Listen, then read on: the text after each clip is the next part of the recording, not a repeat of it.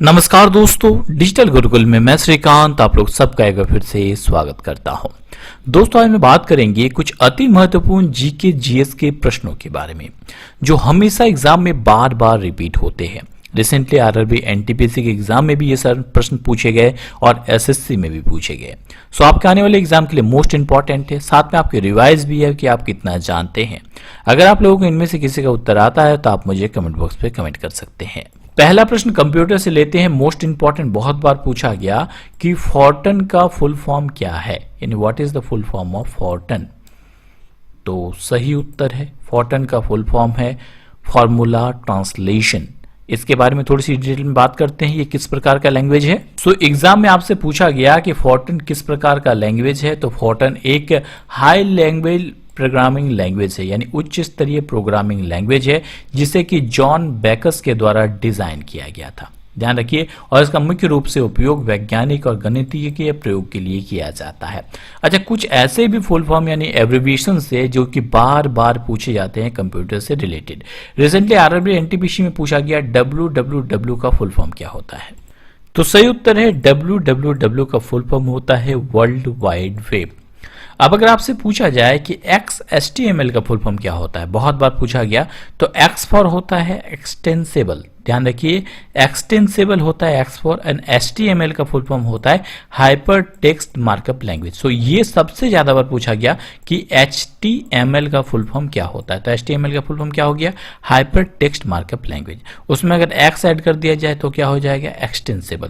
अच्छा, XML का full form क्या होता है, X फॉर तो एक्सटेंसिबल होगा ही, एंड ML का फुल फॉर्म हो जाएगा मार्कअप लैंग्वेज। तो इजी हो गया। चलिए आगे बढ़ते हैं। अब अगर आपसे पूछा जाए WAN का फुल फॉर्म क्या होता है, तो WAN का फुल फॉर्म होता है वाइड एरिया नेटवर्क। कभी कभी पूछ लिया जाता है कि LAN का फुल फॉर्म क्या होता है, LAN का फुल फॉर्म होता है लोकल एरिया नेटवर्क। URL का फुल फॉर्म क्या होता है, URL का फुल फॉर्म होता है uniform resource locator. And USB जो आप लोग यूज करते हैं, USB का फुल फॉर्म होता है यूनिवर्सल सीरियल बस। अच्छा, कुछ और फुल फॉर्म की बात करते हैं, जैसे SQL, RAM, OCR, OMR and OS। ये सारे फुल फॉर्म इसलिए इंपॉर्टेंट है कि ये हमेशा पूछे जाते हैं। जैसे SQL का फुल फॉर्म होगा स्ट्रक्चर्ड क्वेरी लैंग्वेज, RAM का फुल फॉर्म होगा रैंडम एक्सेस मेमोरी, एंड कभी कभी RAM के अलावा रोम भी पूछा जाता है। ध्यान रखिए, रोम का फुल फॉर्म क्या होगा, रीड ऑनली मेमोरी। OCR का फुल फॉर्म होगा optical character recognisation, and OMR का फुल फॉर्म होगा, जो OMR सीट होती है, ऑप्टिकल मार्क रीडर। ध्यान रखिए। अब जैसे कि हम लोगों ने पढ़ा, फॉर्टन का फुल फॉर्म क्या होगा, फॉर्मूला ट्रांसलेशन होगा। जबकि जीबी का फुल फॉर्म क्या होगा, गीगाबाइट होगा। अच्छा, जब जीबी की बात आई है, एक प्रश्न जो बहुत बार पूछा जाता है कि 1 GB यानी 1 GB बराबर कितनी MB होते हैं। बहुत कंफ्यूजिंग है और बहुत बार पूछा जाता है। तो ध्यान रखिए, 1 GB बराबर 1024 MB होता है हमेशा। कितना, 1024 MB, 1024 MB होता है 1 GB के बराबर। ध्यान रखिए। और डीवीडी का फुल फॉर्म होता है डिजिटल वीडियो डिस्क। अच्छा, रिसेंटली के एग्जाम में ARPANET का फुल फॉर्म पूछ लिया गया। ARPANET का फुल फॉर्म क्या होगा, advance research project agency network, और बेसिक का फुल फॉर्म होगा beginner all purpose symbolic instruction code. आगे बढ़ने से पहले दोस्तों बता दूं कि वर्ष 2020 के जनवरी से लेके अभी तक के जितने भी इंपॉर्टेंट करंट अफेयर्स है उसका पीडीएफ आ चुका है। खास बात यह है इसमें कि आपको ये सारे पीडीएफ मंथ वाइज मिल जाते हैं। दूसरी खास बात यह है कि ये सारे पीडीएफ जो है वो MCQ बनाए गए हैं ताकि इजिली आप प्रैक्टिस कर सके। तीसरी खास बात यह है कि ये सारे सिलेक्टेड है और आपको मंथ वाइज सारी चीजें मिल जाती है ताकि इजिली आप रिवाइज कर सके। पहले लास्ट 6 मंथ का रिवाइज कीजिए, फिर 8 मंथ, फिर 12 मंथ का आप रिवाइज कर सकते हैं। और सारे पीडीएफ जो है वो सिलेक्टेड प्रश्न है, बहुत इंपॉर्टेंट है, और इंग्लिश और हिंदी दोनों ही वर्जन में आपको एक साथ एक ही पीडीएफ में मिल जाते हैं ताकि दोनों ही छात्र, इंग्लिश और हिंदी दोनों ही छात्र जो है इजिली इसकी तैयारी कर सके। चलिए बढ़ते हैं अगले प्रश्न की ओर। बढ़ते हैं कि विश्व की सबसे बड़ी झील कौन सी है, यानी वर्ल्ड लार्जेस्ट लेक कौन सा है। तो सही उत्तर है कैस्पियन। कैस्पियन झील विश्व की सबसे बड़ी झील है। अब झील के बारे में कुछ प्रश्न बार बार पूछे जाते हैं, जैसे दुनिया की सबसे गहरी झील कौन सी है। तो दुनिया की सबसे गहरी झील है बेकाल झील।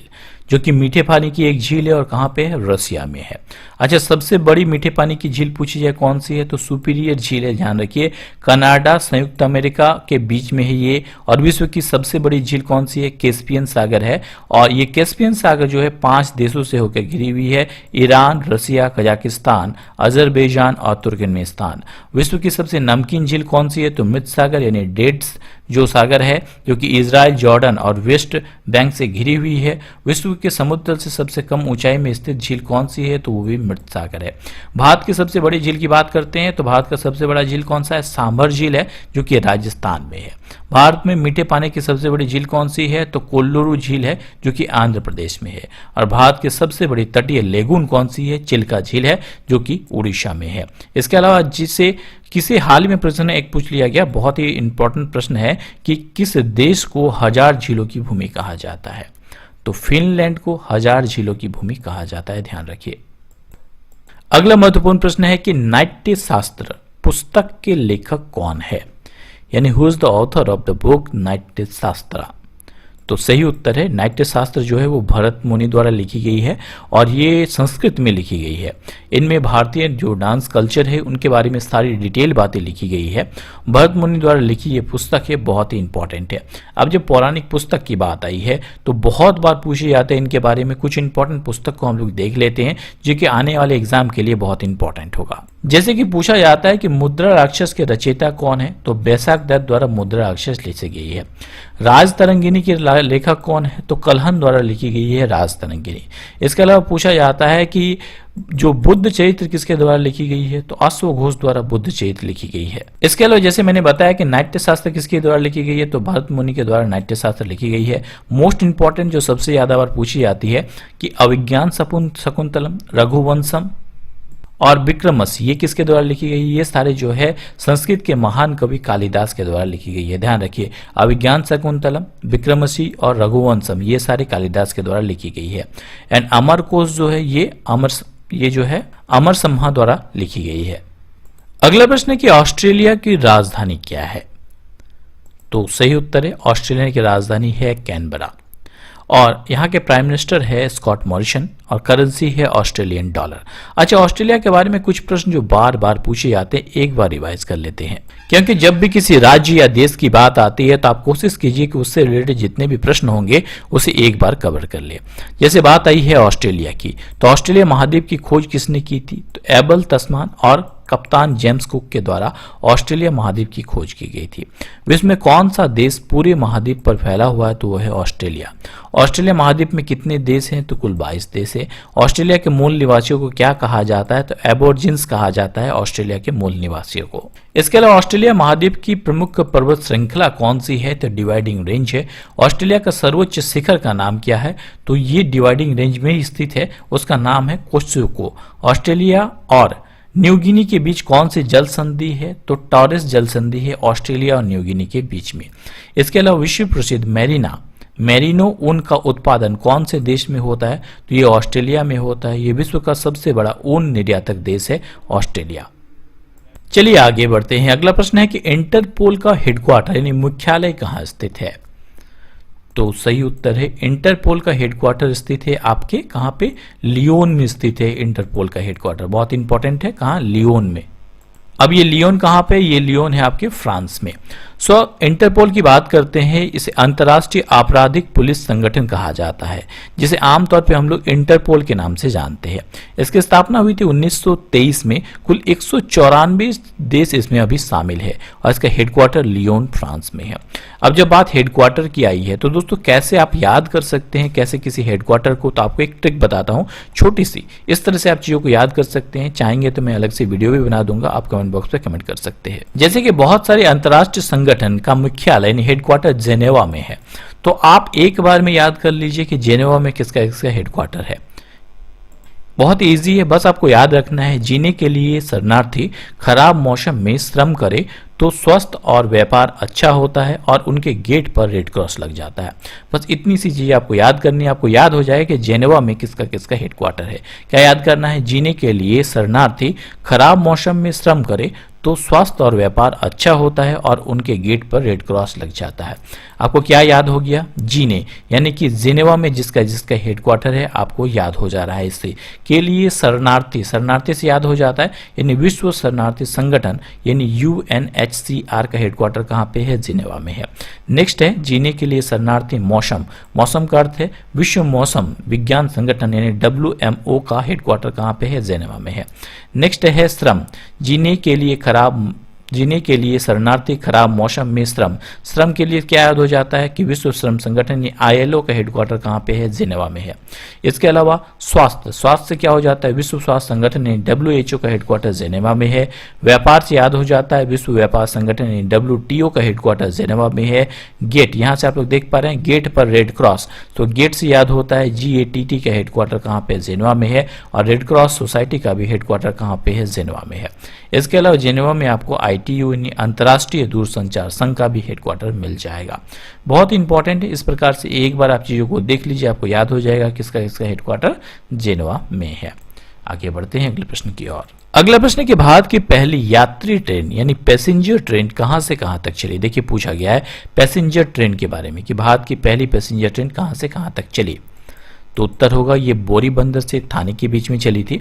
16 अप्रैल 1853 को ये चली थी फर्स्ट पैसेंजर ट्रेन बोरीवली से थाने के बीच में। कुल 34 किलोमीटर का डिस्टेंस इसने तय किया था। अब बात जब रेलवे की आई है तो कुछ ऐसे प्रश्न जो बार बार पूछे जाते हैं रेलवे के बारे में, जैसे कि भारतीय रेल बोर्ड की स्थापना कब हुई थी? 1905 में भारतीय रेल बोर्ड की स्थापना हुई थी। अब जब बात रेल बोर्ड की आई है तो हमारे रेल मंत्री अभी कौन है? पीयूष गोयल जी। और हमारे रेल बोर्ड के अध्यक्ष और CEO अभी कौन है? तो विनोद कुमार यादव जी हैं। और ये चर्चे में इसलिए भी रहा है कि हाल ही में हमारे नए रेल बोर्ड के चेयरमैन और CEO की नाम की घोषणा हो चुकी है। नए कौन बनेंगे? इसके बाद विनोद कुमार यादव जी के बाद सुनीत शर्मा जी रेल बोर्ड के नए CEO और अध्यक्ष बनेंगे। अगला प्रश्न पूछा जाता है मेट्रो पुरुष के उपनाम से किसे जाना जाता है? यानी मेट्रो मैन ऑफ इंडिया के नाम से किसे जाना जाता है? तो इंजीनियर श्रीधरन जी को मेट्रो मैन ऑफ इंडिया के नाम से जाना जाता है। अच्छा, भारत में रेल की शुरुआत किसके कार्यकाल में की गई थी? तो लॉर्ड डलहौजी के कार्यकाल में भारत में रेलवे की शुरुआत की गई थी। अगर रेलवे की नेशनलाइजेशन की बात करें तो 1950 में रेलवे को राष्ट्रीयकृत यानी नेशनलाइज्ड किया गया था। अच्छा, रिसेंटली एग्जाम में पूछा गया है कि भारत में जो रेलवे है उसको कितने जोन में डिवाइड किया गया है? तो कुल 17 जोन में डिवाइड किया गया है। इसका रिसेंटली RRB NTPC में पूछा गया कि ये जो रेलवे यूनिवर्सिटी जो है ये कहाँ खोली गई भारत में? तो रेलवे यूनिवर्सिटी भारत में कहाँ पे है? बड़ोदरा गुजरात में है। अच्छा, हमें पता है कि ये जो रेल है इसकी शुरुआत हुई थी, पैसेंजर ट्रेन की शुरुआत हुई थी 1853 को। बट क्या आपको पता है कि सबसे पहले रेल की शुरुआत कहाँ हुई थी और कब हुई थी? तो सबसे पहले रेल की शुरुआत हुई थी इंग्लैंड में। 1825 में सबसे पहले रेलगाड़ी चलाई गई थी इंग्लैंड में। अगला प्रश्न है कि निम्नलिखित में से भारत का दूसरा संवैधानिक पद यानी कॉन्स्टिट्यूशनल पोस्ट कौन सा है? तो सही उत्तर है प्रधानमंत्री। अब आप कहेंगे कि सर आप दूसरा संवैधानिक पद कह रहे हैं, फिर प्रधानमंत्री क्यों कह रहे हैं? क्योंकि जब आप संवैधानिक पद की हायरार्की को देखेंगे तो आपको पता चलेगा कि सबसे पहले यानी सबसे ज़्यादा जो संवैधानिक पद में सबसे ऊंचा पद होता है वो भारत के राष्ट्रपति का होता है। दूसरे नंबर पे उपराष्ट्रपति, तीसरे नंबर पे प्रधानमंत्री होते हैं, चौथे नंबर पे सभी राज्यों के राज्यपाल होते हैं, पांचवें नंबर पे पूर्व राष्ट्रपति होते हैं या तो उप प्रधानमंत्री होते हैं, और छठे नंबर पे भारत के मुख्य न्यायाधीश यानी चीफ जस्टिस ऑफ इंडिया और लोकसभा के अध्यक्ष होते हैं, और सातवें नंबर पे केंद्रीय कैबिनेट मंत्री, नीति आयोग के उपाध्यक्ष, राज्य व लोकसभा के विपक्ष के नेता और राज्य के मुख्यमंत्री होते हैं। तो इस अनुसार से अगर दूसरा संवैधानिक पद पूछा जाए तो ये होगा उपराष्ट्रपति। बट यहाँ पे प्रश्न में आपको ध्यान से देखें तो उपराष्ट्रपति ऑप्शन में है ही नहीं। सो आपका आंसर क्या हो जाएगा? डेफिनेटली पोस्ट तीसरा हो जाएगा यानी प्रधानमंत्री हो जाएगा। सो प्रश्न को थोड़ा सा ट्विस्ट किया गया, इसलिए चीजों को ध्यान से देखिए और समझिए और इस हायरार्की को ध्यान रखने की कोशिश कीजिए। अगला महत्वपूर्ण प्रश्न है कि क्रिकेट का पहला T20 वर्ल्ड कप किसने जीता था? तो सही उत्तर है प्रथम T20 जो वर्ल्ड कप था उसे भारत ने जीता था। अब यहाँ प्रश्न बनेगा कि ये कब खेला गया था? 2008 में खेला गया था, दक्षिण अफ्रीका में खेला गया था। फाइनल जो है भारत और पाकिस्तान के बीच में हुआ था जिसमें भारत ने जीत हासिल की थी। अच्छा, अगर महिला T20 की बात करें तो 2020 में महिला T20 हुआ। इसमें किसने जीत हासिल की? 2020 में वुमेन्स T20 में जीत हासिल की ऑस्ट्रेलिया ने। अच्छा, अगर आपसे पूछा जाए कि next men's cricket world cup कब होगा तो सही उत्तर होगा 2023 में होगा। कौन सा देश होस्ट करेगा? तो भारत होस्ट करेगा। मोस्ट इंपॉर्टेंट है, ध्यान रखिए। अगला प्रश्न मोस्ट इंपॉर्टेंट है कि सुप्रीम कोर्ट के 47वें मुख्य न्यायाधीश वर्तमान में कौन है? तो सही उत्तर है शरद अरविंद बोबडे। भारत के 47वें नंबर के चीफ जस्टिस ऑफ इंडिया है और हाल ही में आरआरबी एनटीपीसी के एग्जाम में इस प्रश्न को पूछ लिया गया। ध्यान रखिए 47वें नंबर के मुख्य न्यायाधीश थे शरद अरविंद बोबडे, 46वें नंबर के थे कौन? रंजन गोगोई, और 45वें नंबर के थे दीपक मिश्रा जी।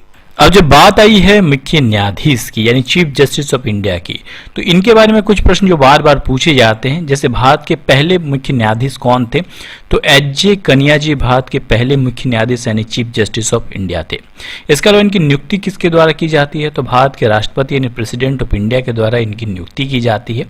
और भारत में जितने भी हाई कोर्ट है उन सब की हेड होते हैं कौन? Supreme court. और सुप्रीम कोर्ट के मुख्य न्यायाधीश कौन है? हमारे शरद अरविंद बोबडे। वर्तमान में भारत में कुल 25 उच्च न्यायालय है, ध्यान रखिए। और अगर इनकी रिटायरमेंट की एज की बात करें तो 65 वर्ष इनकी रिटायरमेंट एज होती है। अगला प्रश्न है कि वर्ल्ड वाइड वेब के संस्थापक कौन हैं? थोड़ी देर पहले हम लोगों ने देखा कि www का फुल फॉर्म होता है वर्ल्ड वाइड वेब, बट इनके संस्थापक कौन है? इनके संस्थापक है टिम बर्नर्स-ली। 1994 में फॉर्मेशन हुआ था WWE का, और वर्तमान में ये परिवर्तित होकर W3C हो गया है, जिसका फुल फॉर्म है वर्ल्ड वाइड वेब कंसोर्टियम। अगला प्रश्न, निम्नलिखित में से कौन सा नृत्य महाराष्ट्र से संबंधित है? तो सही उत्तर है तमाशा जो है ये महाराष्ट्र से संबंधित है। जबकि ऑप्शन में 3 और है, भांगड़ा ये कहाँ से संबंधित है? पंजाब से। बिहू ये कहाँ का नृत्य है? ये असम का है। और घूमर ये कहाँ का? ये हरियाणा का है। तो जब बात आई है लोक नृत्य की, तो देखिए ऑप्शन में कैसे पूछा जा सकता है, जैसे कुचिपुड़ी कहाँ का लोक नृत्य है? तो ये आंध्र प्रदेश का है। या तो पूछा जा सकता है कि बिहू कहाँ का है? ये असम का है। जाट जाटिनी बहुत बार पूछा जाता है कहाँ का है? ये बिहार का है। जैसे गरबा कहाँ का है? ये गुजरात का है। झूमर कहाँ का है? हरियाणा का है। हिमाचल प्रदेश की कौन सी है? तो ये धामन ये कहाँ की है? हिमाचल प्रदेश की है। जम्मू कश्मीर के क्या क्या हैं? कर्नाटक के क्या क्या हैं? ये बहुत बार पूछा जाता है यक्षगान के बारे में। यक्षगान कहाँ के लोक नृत्य है? तो ये कहाँ का है? कर्नाटक का है। इसके अलावा कई और प्रश्न बनते हैं, जैसे भांगड़ा गिद्दा कहाँ का है? ये पंजाब के हैं। राजस्थान का घूमर, गंगौर, झूलन और कालबेलिया जैसा डांस पॉपुलर है कहाँ पे? राजस्थान में। इस प्रकार से अलग अलग राज्यों के अलग अलग लोक नृत्य होते हैं। मैं अलग से एक वीडियो बना दूंगा जिसमें सारे राज्यों के लोक नृत्य को इंक्लूड कर दूंगा। जैसे कि पूछा जा सकता है कि छौ नृत्य कहाँ का है? तो छौ नृत्य जो है झारखंड, पश्चिम बंगाल और उड़ीसा में पॉपुलर है। अगला प्रश्न है कि डॉल्फिन कौन सी नदी में भारत में मिलती है? तो ऑप्शन में यहाँ पे कृष्णा, घाघरा, ब्रह्मपुत्र और नर्मदा है। तो सही उत्तर हो जाएगा ब्रह्मपुत्र। आपको बता दूं कि नॉर्मली जो डॉल्फिन है वो भारत में गंगा नदी में मिलती है, बट ऑप्शन में ये नहीं है। तो गंगा नदी में मुख्य रूप से ये मिलती है और बांग्लादेश और नेपाल में गंगा एवं ब्रह्मपुत्र नदियों में ये मिलती है और उसकी सहायक नदियों में मिलती है। ठीक है, आपको बता दो कि ये जो डॉल्फिन ये भारत में नदियों का राष्ट्रीय जल पशु के रूप में इसे माना जाता है। अगला प्रश्न है कि भारत के बाहर विदेश में पहली बार भारतीय झंडा कहाँ फहराया गया था? तो ये पूछा जा रहा है भारत के बाहर की बात। तो भारत के बाहर पहली बार स्टुटगार्ट में विदेश में भारत का झंडा फहराया गया था। इसे फहराया किसने था? तो मैडम बिकाजी कामा ने इसे फहराया था। 22 अगस्त 1907 को पहली बार विदेश में 7वीं अंतर्राष्ट्रीय कांग्रेस के दौरान भारतीय राष्ट्रीय ध्वज को फहराया गया था स्टुटगार्ट में। 1907 स्टुटगार्ट में। स्टुटगार्ट कहाँ पे है? ये जर्मनी में है। किसके द्वारा फहराया गया था? मैडम बिकाजी कामा के द्वारा। और आपको बता दूं कि इन्हें ही मदर ऑफ इंडियन रिवॉल्यूशन के नाम से जाना जाता है, मैडम बिकाजी कामा को। अगला प्रश्न है कि वर्ष 1907 में भारतीय राष्ट्रीय कांग्रेस का अधिवेशन कहाँ हुआ था? तो देखिए इसमें भारतीय राष्ट्रीय कांग्रेस के अधिवेशन के बारे में पूछा जा रहा है। तो 1907 में जो भारतीय राष्ट्रीय कांग्रेस का अधिवेशन हुआ था ये सूरत में हुआ था, ध्यान रखिए। आपको बता दूं कि 1907 में हुआ था और इसकी अध्यक्षता किसने की थी? तो रास बिहारी घोष ने इसकी अध्यक्षता की थी। और ये इसलिए इंपॉर्टेंट था सूरत का अधिवेशन क्योंकि इसी में गरम दल और नरम दल 2 भागों में जो है वो कांग्रेस बट गई थी। आपको बता दो कि भारतीय राष्ट्रीय कांग्रेस की स्थापना 28 दिसंबर 1885 में की गई थी। इसका पहला अधिवेशन बंबई में हुआ था और कलकत्ता हाईकोर्ट के रजिस्ट्रार बंकेश बनर्जी ने इसकी अध्यक्षता की थी। अगला प्रश्न है कि विश्व बैंक के अध्यक्ष कौन है? यानी प्रेसिडेंट ऑफ वर्ल्ड बैंक के बारे में पूछा जा रहा है। तो वर्तमान में विश्व बैंक के अध्यक्ष है डेविड मालपास। ध्यान रखिए विश्व बैंक का काम होता है जो छोटे या तो जो देश होते हैं जिनको पैसे की जरूरत होती है अपने देश को डेवलपमेंट करने के लिए, उनको लोन प्रोवाइड करती है ये वर्ल्ड बैंक। और इसके अभी अध्यक्ष कौन है? David Malpass. ये 13वें प्रेसिडेंट है, अमेरिका से इनको बिलोंग करते हैं डेविड मालपास। और एमडी और सीईओ है अंशुला कांत, ध्यान रखिए ये भारतीय मूल की है। हेडक्वार्टर कहाँ पे है वर्ल्ड बैंक का? तो वाशिंगटन डीसी में है। और विश्व बैंक की स्थापना हुई थी जुलाई 1944 को। तो दोस्तों आज के लिए इतना ही। आगे बढ़ने से पहले बता दूं कि वर्ष 2020 के जनवरी से लेकर अभी तक के जितने भी इंपॉर्टेंट करंट अफेयर्स है उसका पीडीएफ आ चुका है। मंथ वाइज आपको सारे पीडीएफ मिल जाते हैं। बहुत ही इंपॉर्टेंट पीडीएफ है, आने वाले एग्जाम के लिए मोस्ट इंपॉर्टेंट है। सारे करंट अफेयर सिलेक्टेड है और आपको सारे प्रश्न एमसीक्यू के माध्यम से मिल जाते हैं ताकि इजिली आप प्रैक्टिस कर सके। मंथ वाइज है इसलिए ये ईजी हो जाता है कि सबसे पहले आप लास्ट 6 मंथ की तैयारी कीजिए, फिर धीरे धीरे 8 मंथ, फिर 12 मंथ, इस तरह से धीरे धीरे बढ़ते जाइए। आपके आने वाले एग्जाम के लिए सारे प्रश्न मोस्ट इंपॉर्टेंट है। लिंक आपको नीचे डिस्क्रिप्शन बॉक्स में मिल जाएगा। आज के लिए आपका क्विज का प्रश्न है कि निम्नलिखित में से किस देश के लिखित संविधान जो है यानी रिटन जो कॉन्स्टिट्यूशन है ये सबसे विस्तृत है? आपको बताना है जापान, अमेरिका, भारत या चीन। नीचे कमेंट बॉक्स पे आप कमेंट करके बताइए कि इसका सही उत्तर क्या होगा।